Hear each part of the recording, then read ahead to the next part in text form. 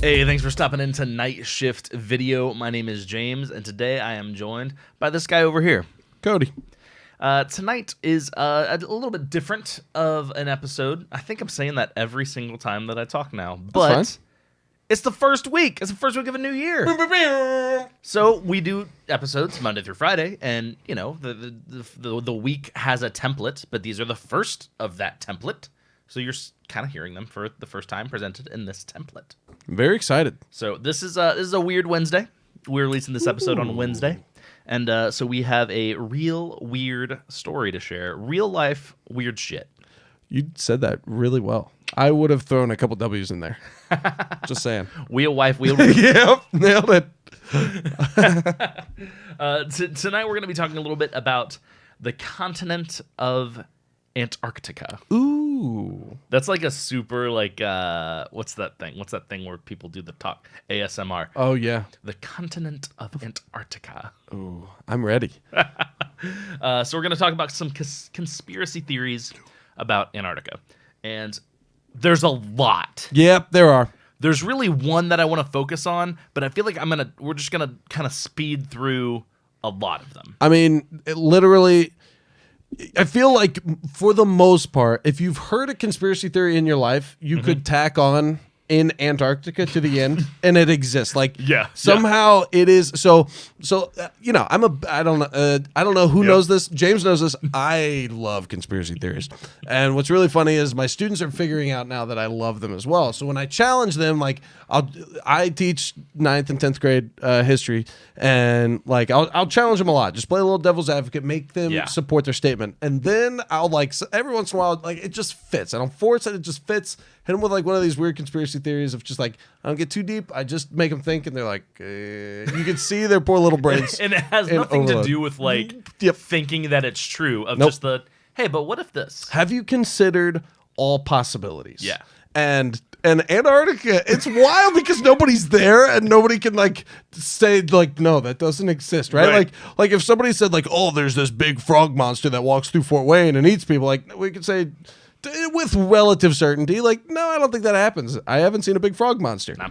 You can't say that about Antarctica. I haven't seen the Busco Beast. The Busco Beast. It says like when you get down to Antarctica, which like I have a buddy who lived there for like 8 months. Son of a bitch. And he said it's wild because it's so isolated and like I cannot imagine being that separated from life. He said he really had to stay on like his like exercise routines, like really dealing with extra energy, extra thought capability. Like you're just, even when you're with the same team of scientists, like we've seen that. That's like a psych thriller trope, right? Yep. Like there's a small group of something trapped somewhere, and it kind of eats them. Just the isolation eats them.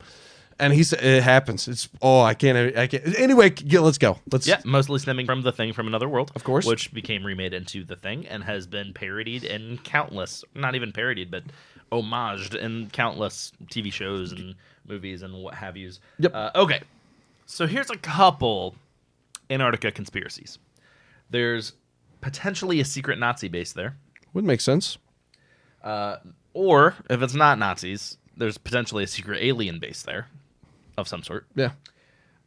Maybe it has been presented. Are you familiar with the hollow Earth theory? Oh, absolutely.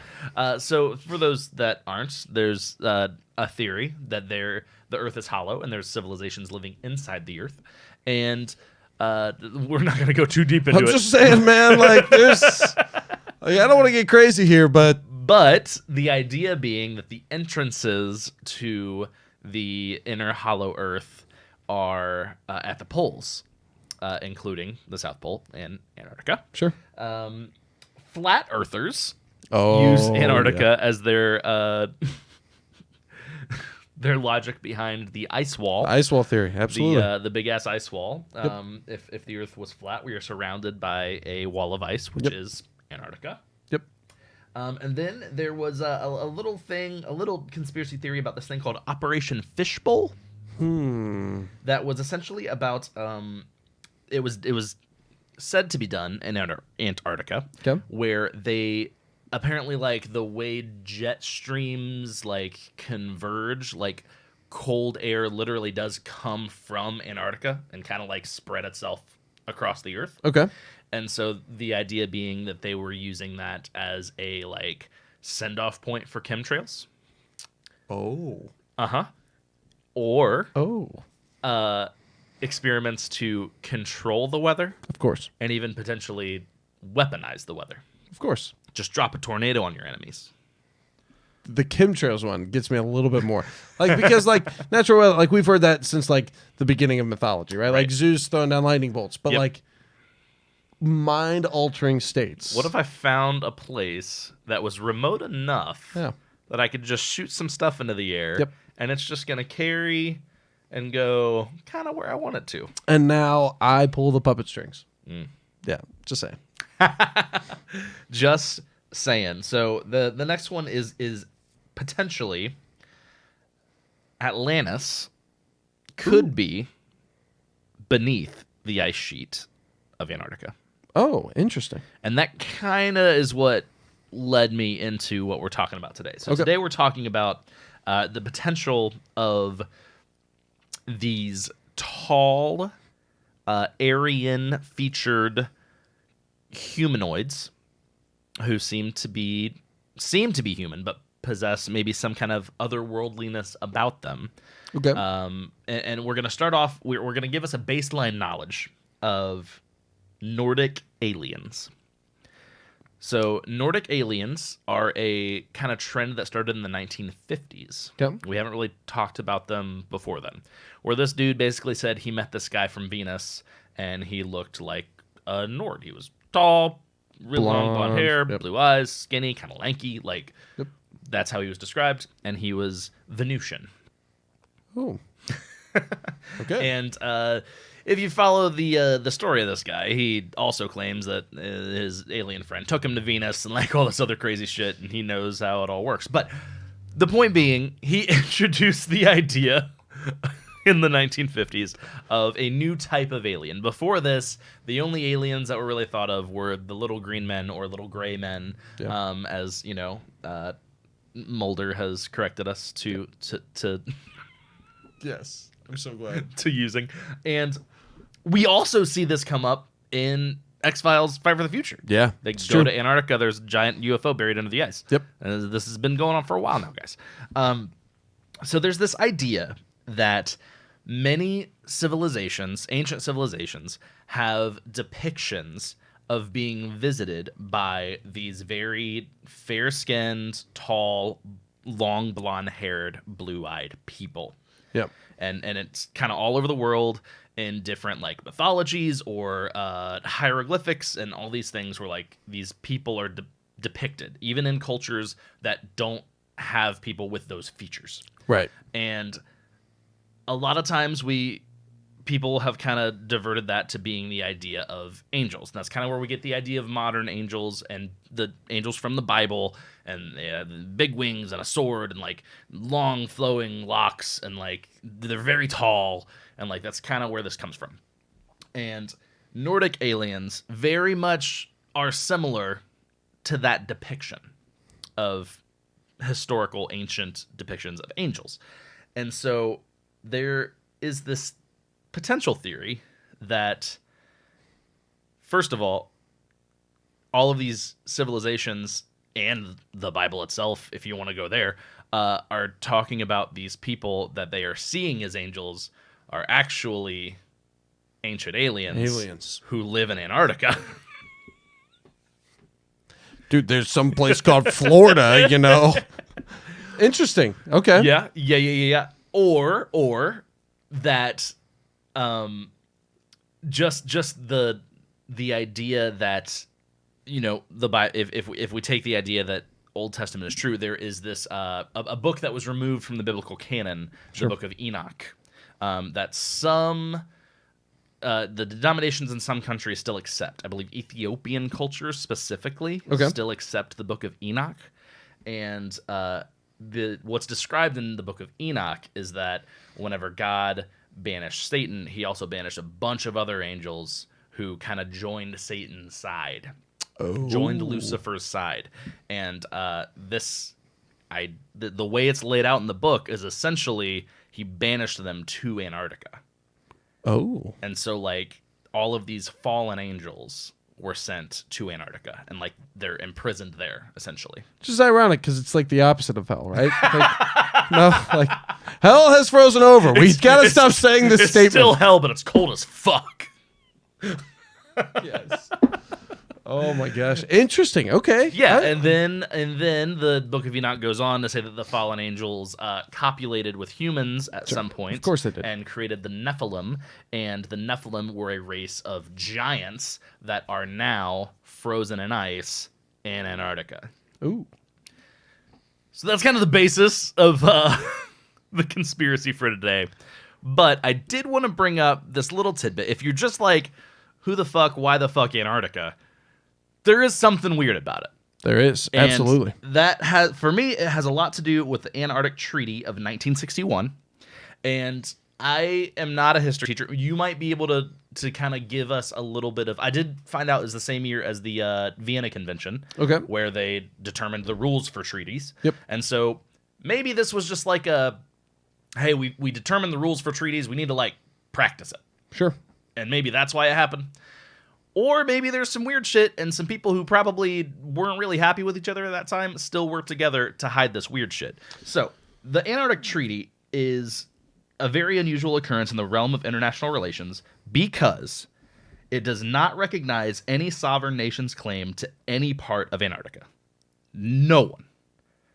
12 different countries went into this and said, the 12 most powerful countries at the time, plus some people that is like, what? Why were they there? But they all were able to do it in Africa. Why couldn't they do it in Antarctica, where there's no people that they have to conquer, like enslave or, exactly border patrol? So no one's allowed to claim any of it whatsoever.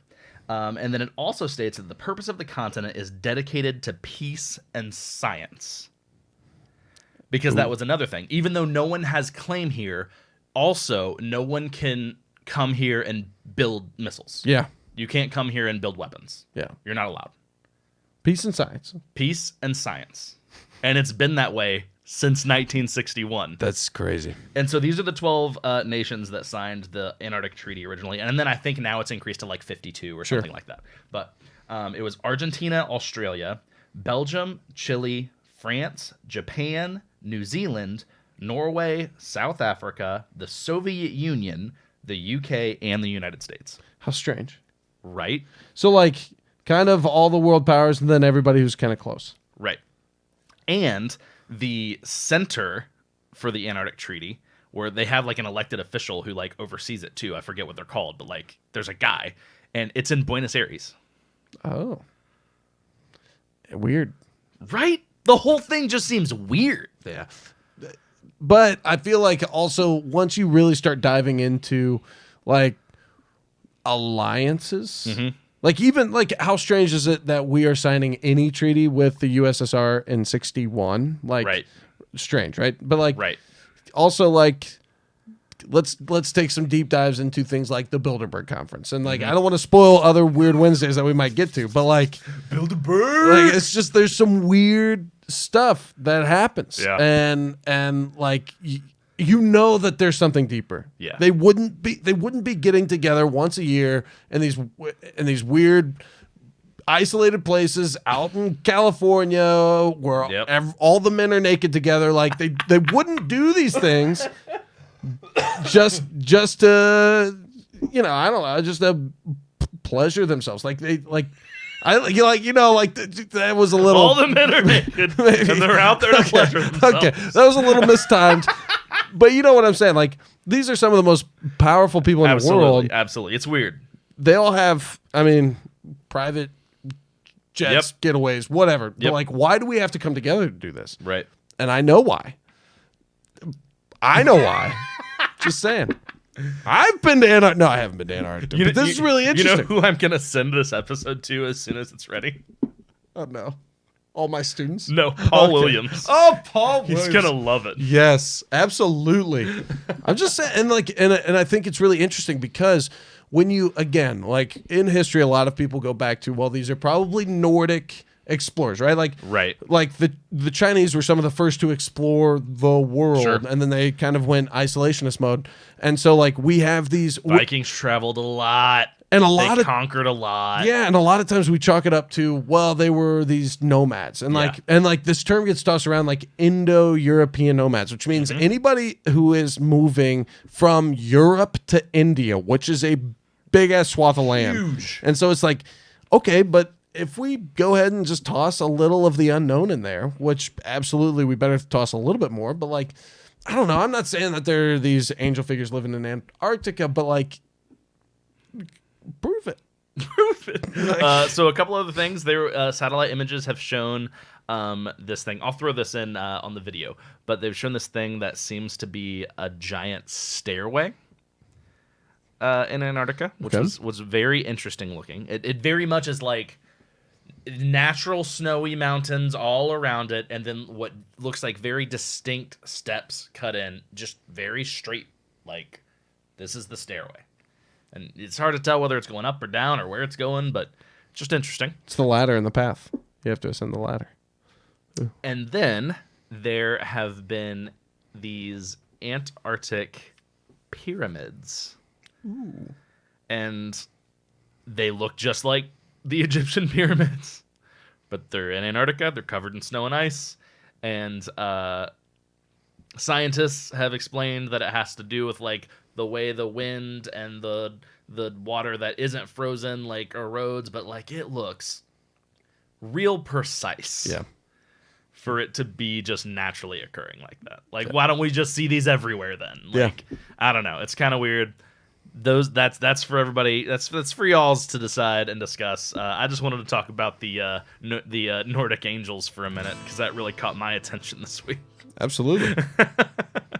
But yeah, well, that about does it for tonight.